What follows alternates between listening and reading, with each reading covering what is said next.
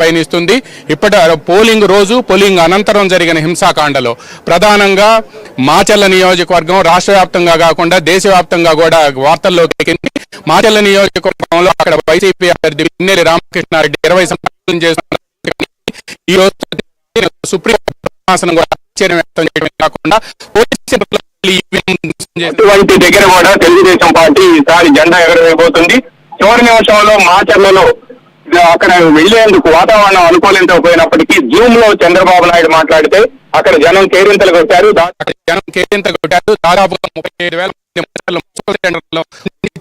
37,000 జూలకంటి బ్రహ్మారెడ్డి విజయకేతనం ఎగరవేశారు. అదేవిధంగా ప్రకాశం జిల్లాలో కూడా 12 స్థానాల్లో కూడా క్లీన్ స్వీప్ చేస్తోంది తెలుగుదేశం పార్టీ.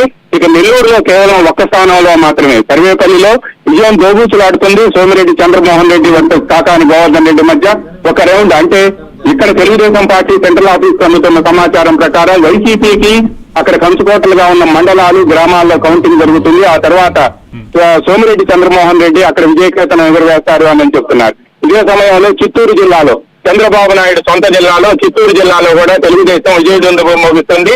మొత్తంగా చూస్తే రాయలసీమలోని చిత్తూరు, అనంతపురం, కర్నూలు, కడప ఈ 4 జిల్లాల్లో కూడా వైఎస్ఆర్ కాంగ్రెస్ పార్టీ చతికిల పడింది.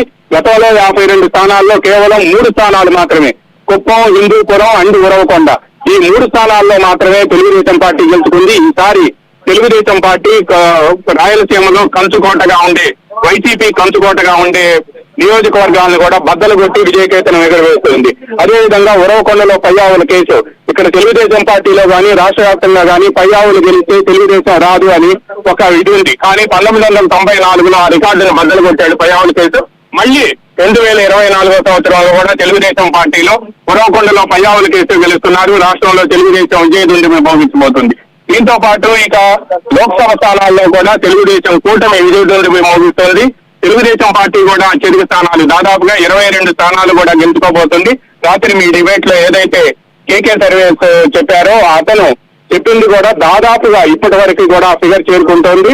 అదేవిధంగా ఎస్జెడ్ సర్వేలో పేర్కొన్న స్థానాలు కూడా ఇప్పుడు మనకి స్పష్టంగా కనిపిస్తున్నాయి. దాదాపుగా రాష్ట్రంలో 25 సంవత్సరాలు 30 సంవత్సరాల నుంచి కూడా 39 సంవత్సరాలు అంటే మంగళగిరి అలా కాకుండా 25 సంవత్సరాల నుంచి కూడా తెలుగుదేశం పార్టీ కైవసం చేసుకున్న స్థానాలన్నింటినీ కూడా తెలుగుదేశం అక్కడ వైసీపీని తుడిచిపెట్టేసి తెలుగుదేశం విజయదుందుభి మోగిస్తుంది.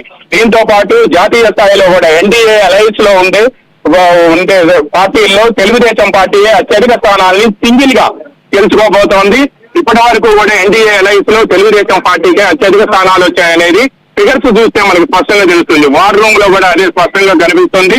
అయితే దీంతో పాటు మరో కీలకమైన అంశం ఏంటంటే తెలుగుదేశం పార్టీ అధినేత చంద్రబాబు నాయుడు నివాసంలో ఉండవల్లిలో చంద్రబాబు నాయుడు కుటుంబ సభ్యులతో పాటు నందమూరి కుటుంబ సభ్యులు కూడా బాణాసంచా పేర్చి ఆంధ్రప్రదేశ్ లో అరాచకానికి అడ్డుకట్ట వేసిన రోజు ఇది అని చెప్పి ఆనందం వ్యక్తం చేశారు. తెలుగుదేశం పార్టీ కేంద్ర కార్యాలయంలో కూడా